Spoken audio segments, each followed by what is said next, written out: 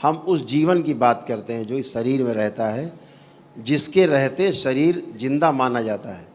जब वो निकल जाता है तो इसे मृत मान लेते हैं, मिट्टी का मान लेते हैं कि बेकार हो गया, जला देना चाहिए, रहने वाला चला गया, अब ये घर बेकार हो गया है। इसलिए चला गया है, छोड़ के नहीं गया है। घर बेकार हो गया है, घर इस लायक नहीं बचा कि रहा जा सके, इसलिए वह जीवन इस शरीर को छोड़ देता है। तो जब वह जीवन शरीर को छोड़ता है तो बाहर निकल जाता है। लेकिन उस जीवन के और शरीर के बीच में कुछ ऐसी चीज़ें होती हैं जो जीवन को और शरीर को बांधे रखती हैं, एक साथ जोड़ के रखती हैं।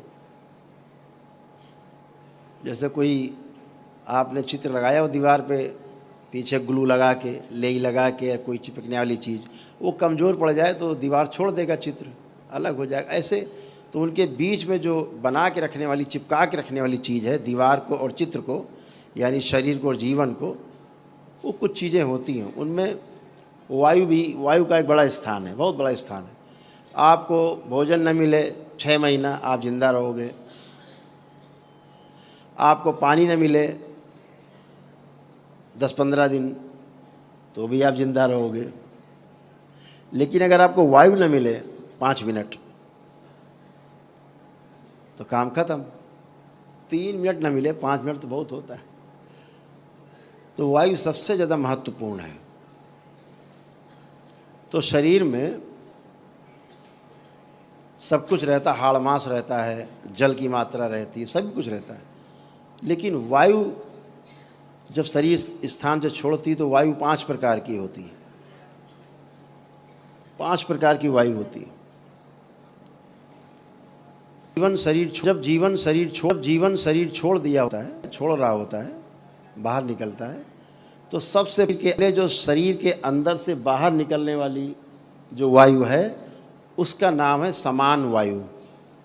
5 प्रकार की वायु है: समान वायु, प्राणवायु, उदान वायु और व्यान वायु। ऐसे करके 5 वायु हैं, प्राणवायु। तो जब पहली वायु निकलती है तो पहली वायु का जो नाम है वो समान वायु है। वो शरीर से सबसे पहले छूटती है, बाहर निकल जाती। समान वायु का काम है जितने भी अंग पूरे शरीर में हैं,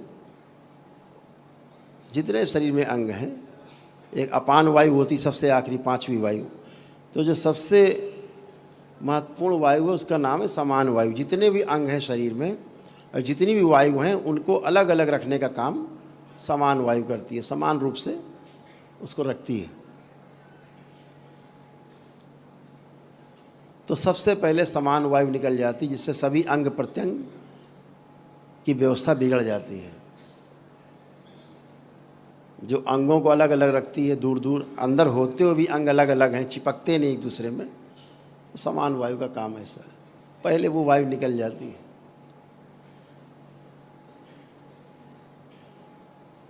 धीरे धीरे निकल जाती है, आधे पौन घंटे में निकल जाती है।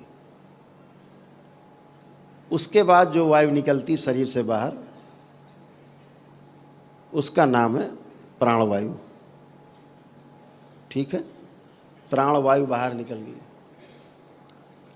और जब प्राणवायु बाहर निकल गई तो आदमी लगता है प्राण निकल गए, अब तो प्राणवायु भी निकल गई। उसी को बोलते हैं कि प्राण निकल गए।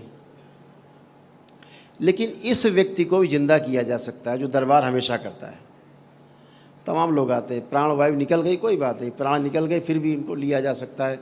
भाई से, बहन से, पत्नी से, कोई परिवार का सदस्य, कोई व्यक्ति अपने प्राण दे सकता है, थोड़े प्राण आ सकते हैं। इसके बाद तीसरी वायु है, उसका नाम है उदान वायु। फिर व्यान वायु और उसके बाद फिर अपान वायु। तो जो उदान वायु है, अगर प्राणवायु पूरी निकल गई और उदान वायु भी निकल गई 25%, तो उसे दोबारा जिंदा किया जा सकता है तत्काल।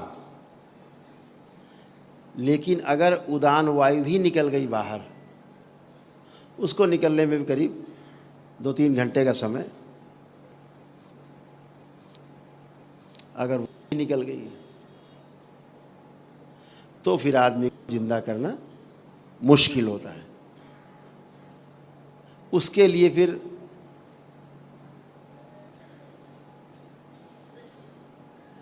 बहुत बड़ी प्रक्रिया की आवश्यकता है। वो तंत्र में वो सारी विधियां हैं जो 5 प्रकार की वायु निकल जाने के बाद भी जिंदा किया जा सकता है, वो है। दरबार की ये शक्ति खुली हुई है कि जो भी दरबार की वीडियो देखते हैं वो स्वस्थ होना शुरू होते हैं तुरंत। ये मैंने बोल रखा है हज़ारों बार कि केवल दरबार की वीडियो देखने मात्र से ही आप स्वस्थ होते जाते हैं, दरबार से जुड़ जाते हैं। सब लोग लाइक का बटन दबाएं, लाइक का बटन दबाना भूल जाते हैं आप लोग, ताकि आपका वीडियो ज़्यादा से ज़्यादा जगह भेजे यूट्यूब, और ज़्यादा से ज़्यादा देखा जाए और लोग इससे लाभान्वित हो।